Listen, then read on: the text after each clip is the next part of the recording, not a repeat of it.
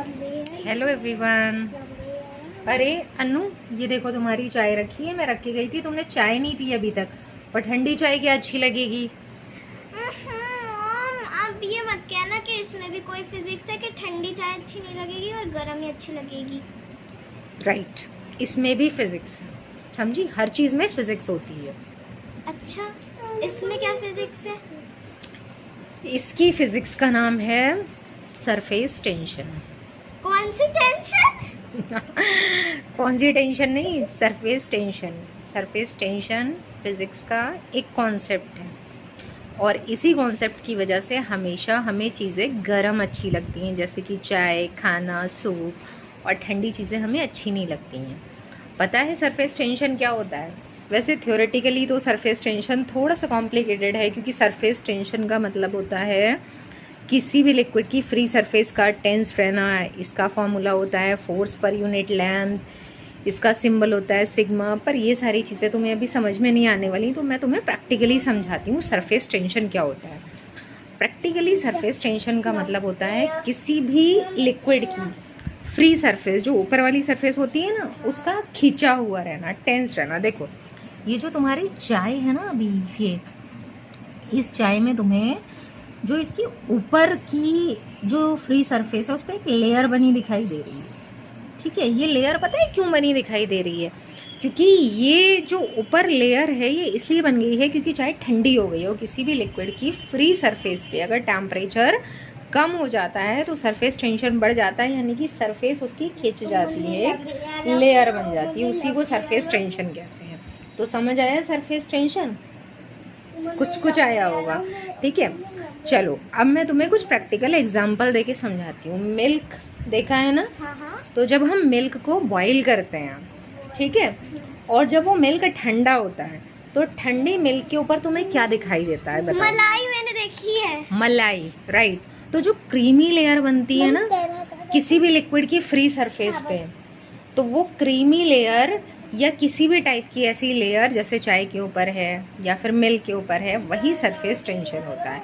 कभी कभी ये सरफेस टेंशन विजिबल होता है, जैसे कि दूध के ऊपर मलाई दिखाई देती। कभी कभी वो सरफेस टेंशन विजिबल नहीं होता है, लेकिन हमेशा फ्री सरफेस पे खिंचाव रहता है और वही सरफेस टेंशन, राइट। अब देखो, इसके बहुत सारे एग्जाम्पल्स नेचर में मौजूद हैं। जैसे देखो इसका एग्जाम्पल, हाँ दिखाओ, वो कहाँ है? हाँ, ये जो है, ये क्या है? Antiseptic cream. Antiseptic cream. इसे कहाँ यूज़ करते हैं? जब चोट लग जाती है। जब चोट लग जाती है, तो जब चोट लग जाती है तो हम यूज़ करते हैं एंटीसेप्टिक क्रीम। तो हर एक चीज़ का जब सरफेस टेंशन होता है किसी भी लिक्विड का, तो इसका भी एक सरफेस टेंशन है। और इसका सरफेस टेंशन सोचो कैसा होगा? डाला में कैसा भी, जो तुम्हें लग रहा है बताओ कैसा होगा? कम या ज़्यादा? कम। कम। इसका सरफेस टेंशन कम। तुम्हें ऐसा लग रहा है इसका सरफेस टेंशन कम होगा। कम सरफेस टेंशन का एक्चुअल मतलब क्या होता है? देखिए, अगर किसी भी लिक्विड का सरफेस टेंशन कम है तो कम सरफेस टेंशन का मतलब होता है वो ज़्यादा फैलेगा। देखिए, खिंचाव कम है तो चीज़ क्या होगी? ज़्यादा फैलेगी। तो अगर इसका सरफेस टेंशन कम है तो इसका मतलब ये ज़्यादा फैलेगा। और चोट जो है, कोई भी घाव जो है, उस पर हमें जो सरफेस टेंशन होता है वो ऐसा चाहिए कि वो सिर्फ उस घाव को कवर करे, ज़्यादा ना फैले। तो अगर इसका सरफेस टेंशन कम है, इसका मतलब ये ज़्यादा फैलेगा, और ये ज़्यादा फैलेगा तो घाव को कैसे कवर करेगा? तो इसका सरफेस टेंशन कैसा है पता है नू?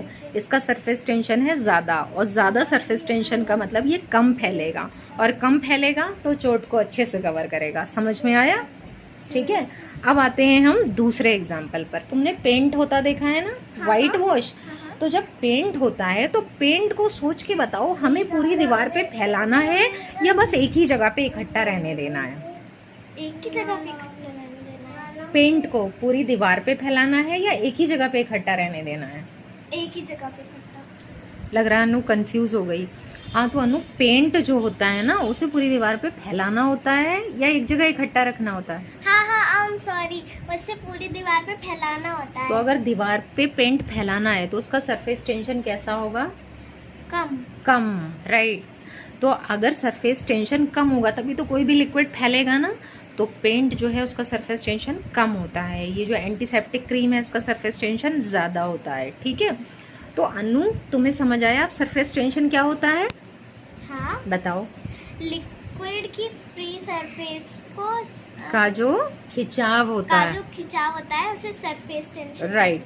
अब सरफेस टेंशन का टेम्परेचर के साथ में रिलेशन समझ आया। अगर टेम्परेचर किसी भी लिक्विड का कम होता है तो उसका सरफेस टेंशन ज्यादा होता है और वो लिक्विड फैलेगा या नहीं? वो लिक्विड फैलेगा नहीं, एक जगह रुके। और अगर किसी भी लिक्विड का टेम्परेचर अगर हम कम कर देते हैं तो सरफेस टेंशन बढ़ जाता है और वो लिक्विड क्या होता है, एक जगह पे रहता है। ठीक है, तो सरफेस टेंशन का मतलब होता है, सरफेस टेंशन का जो टेम्परेचर से रिलेशन होता है वो बिल्कुल क्लियर है, या आप कह सकते हैं इनवर्स रिलेशन है कि अगर टेम्परेचर कम तो सरफेस टेंशन ज़्यादा, और सरफेस टेंशन अगर ज़्यादा तो लिक्विड एक जगह पे इकट्ठा रहता है, और टेम्परेचर अगर ज़्यादा तो सरफेस टेंशन कम, और सरफेस टेंशन कम होगा तो वो लिक्विड क्या होगा, फैलेगा।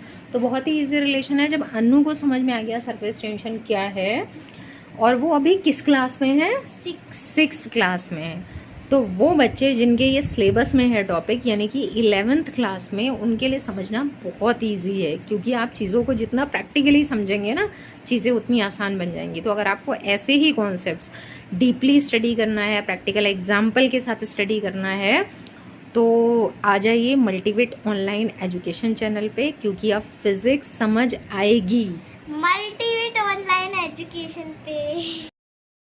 तो अब समझ आया आपको कि चाय या खाना गर्म क्यों अच्छा लगता है, क्योंकि गर्म चीज़ों का सरफेस टेंशन कैसा होता है, कम।